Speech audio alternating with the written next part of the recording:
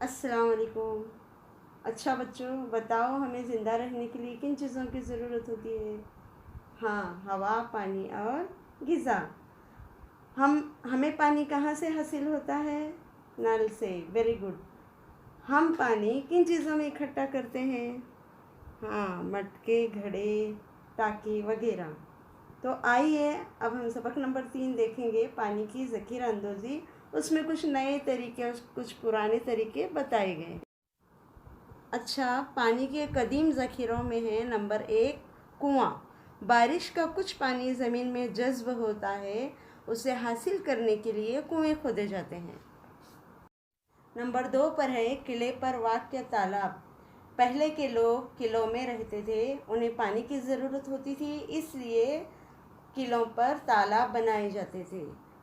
Number 3 छोटा कुआँ। पीने के पानी के लिए पहले ज़माने में छोटे कुएँ खोदे जाते थे। रस्सी से बर्तन डोल को बांधकर कुएं में डालकर पानी निकाला जाता था।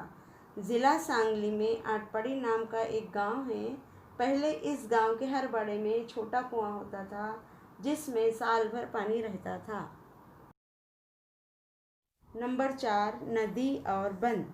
नदी का पानी रोकने के लिए नदी पर पत्थर और मिट्टी के बंद पुश्ते तामीर किए जाते हैं।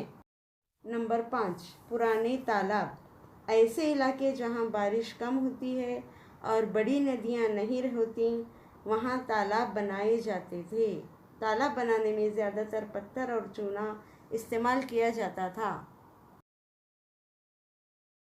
नंबर 6 पुराने हाउस। पहले ज़माने में पानी ज़ख़ीरा करने के लिए हाउस बनाए जाते थे। पुराने ज़माने के बड़े शहरों में ऐसे हाउस हैं, इनमें से कुछ हाउस आज भी इस्तेमाल में हैं। अब तक हमने जो देखे ये पानी के कदीम ज़ख़ीरे थे। अब हम देखेंगे पानी के जदीद ज़ख़ीरे। नंबर 1 पर है बंद।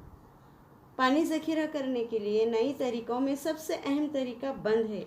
इसकी वजह से बहुत ज़्यादा पानी ज़ख़ीरा किया जा सकता है। ज़्यादा पानी मिलने से ज़्यादा फसलें हासिल होने लगी, शहर वसी होने लगे, कारखाने बनने लगे, बिजली की पैदावार मुमकिन हो गई।